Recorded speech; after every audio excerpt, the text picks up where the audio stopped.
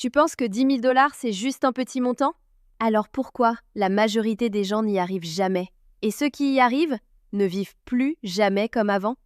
Dans cette vidéo, je vais te montrer 5 changements puissants qui arrivent dès que tu atteins 10 000 $. Et surtout, reste jusqu'à l'étape 4, c'est celle qui fait passer de épargnant à créateur d'argent. Le problème, c'est que la plupart des gens pensent que économiser égale se priver. Alors qu'en réalité, ne pas atteindre 10 000 $, ça te coûte beaucoup plus cher.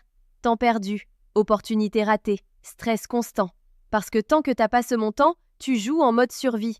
Mais après, tout bascule. Avant d'atteindre 10 000 $, ton quotidien est contrôlé par une seule chose, le stress. Pas le gros stress visible, non, le stress silencieux.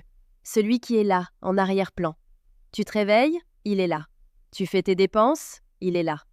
Tu réfléchis à la fin du mois, il est toujours là. Et le pire, tu t'y habitues.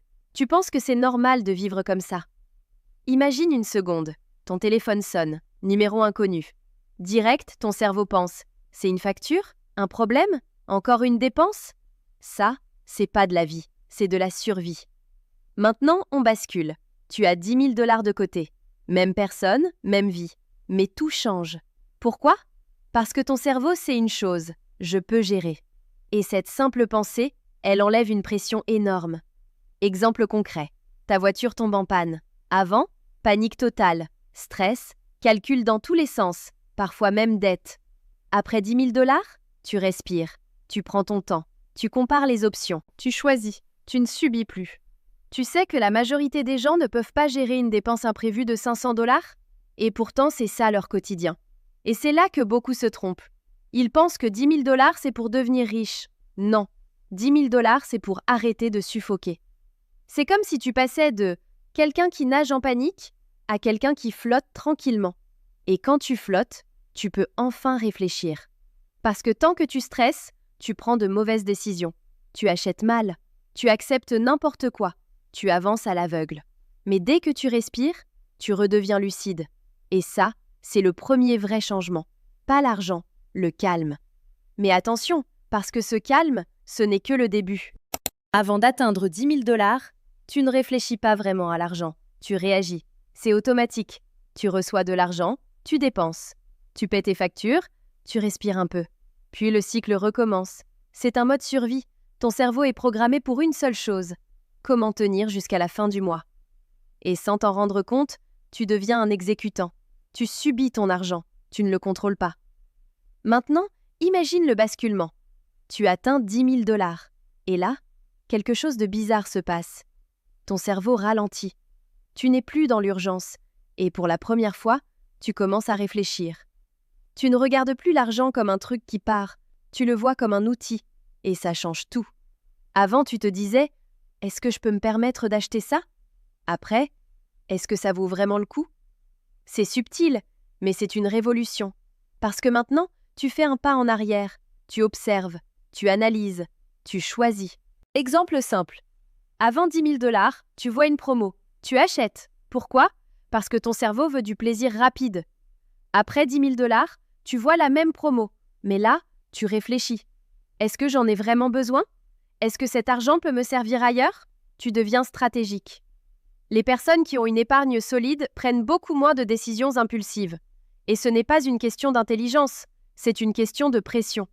Quand tu es sous pression financière, ton cerveau cherche du soulagement immédiat. Mais quand tu es stable, ton cerveau pense long terme. Et c'est là que tout bascule vraiment. Parce que tu commences à te poser des questions que tu ne te posais jamais avant. Comment multiplier cet argent? Comment créer un revenu en plus? Comment sortir du cycle salaire-dépense? Tu passes de gérer ce que tu as à créer plus que ce que tu as. Et ça, c'est le début de la liberté financière. Mais attention, parce que beaucoup de gens s'arrêtent ici. Ils épargnent, mais ne passent jamais à l'action. Et c'est exactement pour ça que l'étape suivante est celle qui te donne un vrai pouvoir dans ta vie. Avant d'avoir 10 000 $, la plupart de tes décisions ne sont pas vraiment des choix. Ce sont des réactions. Des réactions à la peur. Peur de manquer, peur de perdre ton revenu, peur de ne pas pouvoir payer. Et cette peur, elle te pousse à dire oui à des choses que tu ne devrais jamais accepter. Un job que tu n'aimes pas, tu restes. Un projet qui ne te respecte pas, tu acceptes. Une opportunité douteuse, tu prends quand même. Pourquoi? Parce que tu n'as pas le luxe de dire non. Et ça, c'est un piège. Parce que chaque oui forcé t'éloigne un peu plus de ce que tu veux vraiment. Maintenant, imagine le changement. Tu as 10 000 $ de côté. Pas des millions, juste 10K. Mais soudain, tu récupères quelque chose d'énorme, le pouvoir de refuser. Et ça peut paraître simple, mais c'est l'un des plus grands shifts de ta vie. Exemple concret, on te propose un job mal payé. Avant, tu acceptes directement. Parce que tu dois survivre, tu n'as pas le choix. Après 10 000 $, tu réfléchis. Tu prends du recul. Tu te poses une vraie question. Est-ce que ça vaut mon temps? Et pour la première fois, tu peux dire non. Tu sais que la majorité des gens ne quittent pas un mauvais job juste parce qu'ils n'ont pas d'épargne? Ce n'est pas un manque de courage, c'est un manque de sécurité. Et c'est exactement ça que les 10 000 $ changent. Ils te donnent une marge, une respiration, un délai. Tu ne prends plus des décisions dans l'urgence, tu choisis dans le calme. Et quand tu es calme, tu prends de meilleures décisions. Tu négocies mieux, tu sélectionnes mieux, tu avances plus intelligemment. Mais surtout, tu arrêtes de te trahir. Parce que dire oui à tout par peur, c'est la manière la plus rapide de rester bloqué. Mais dire non quand il le faut, c'est la première vraie forme de liberté. Et c'est là que tout devient intéressant. Parce que dès que tu arrêtes de subir, tu commences à construire. Mais attention, parce que ce pouvoir de dire non, ce n'est que la porte d'entrée. Si cette vidéo t'aide, abonne-toi, je publie chaque jour des conseils comme celui-là. C'est ici que tout change vraiment. Avant 10 000 $, ton argent ne fait rien. Il entre et il sort. C'est tout. Tu travailles pour gagner de l'argent, mais ton argent, lui, ne travaille jamais pour toi. Et ça, c'est le piège dans lequel la majorité des gens restent toute leur vie. Échange temps contre argent, encore et encore. Maintenant, dès que tu atteins 10 000 $, une nouvelle porte s'ouvre. Pas une illusion, une vraie possibilité. Parce que pour la première fois, tu as assez pour faire autre chose que survivre. Tu peux commencer petit, mais tu peux commencer. Exemple simple, avec 10 000 $, tu peux lancer un petit business, tu peux investir, tu peux tester des idées. Avant ça, impossible, tu n'as aucune marge. Et c'est là que la plupart des gens font une erreur énorme. Ils pensent « je vais attendre d'avoir plus ». Mais la vérité, c'est que tout commence avec ce premier palier. Les gens qui commencent à investir tôt, même avec peu, finissent toujours loin devant ceux qui attendent. Pas parce qu'ils sont plus intelligents, parce qu'ils commencent. Et surtout, ils apprennent. Parce que ton premier investissement, ce n'est pas pour devenir riche, c'est pour comprendre. Comprendre comment l'argent bouge, comment il se multiplie, comment il peut travailler sans toi. Avant 10 000 $, chaque euro dépend de ton effort. Après, une partie de ton argent peut exister sans toi. Et ça, c'est un changement de dimension. Imagine, tu dors, mais ton argent, lui, continue de produire. Même lentement, même au début. Mais il bouge. Et c'est là que ton cerveau explose un peu. Parce que tu réalises une chose, tu n'es plus obligé d'échanger ton temps contre chaque euro. Et plus tu avances, plus cette logique s'accélère. Mais attention, c'est aussi ici que beaucoup échouent. Pourquoi? Parce qu'ils ont peur. Peur de perdre, peur de se tromper, peur de mal faire. Alors ils gardent l'argent immobile. Et du coup, rien ne change vraiment.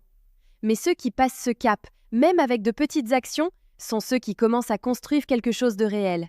Et ça, c'est le vrai début de l'indépendance. Mais retiens bien ça, 10 000 $, ce n'est pas une fin, c'est un point de départ. Parce que maintenant que ton argent peut travailler, la vraie question devient comment le faire travailler encore plus intelligemment.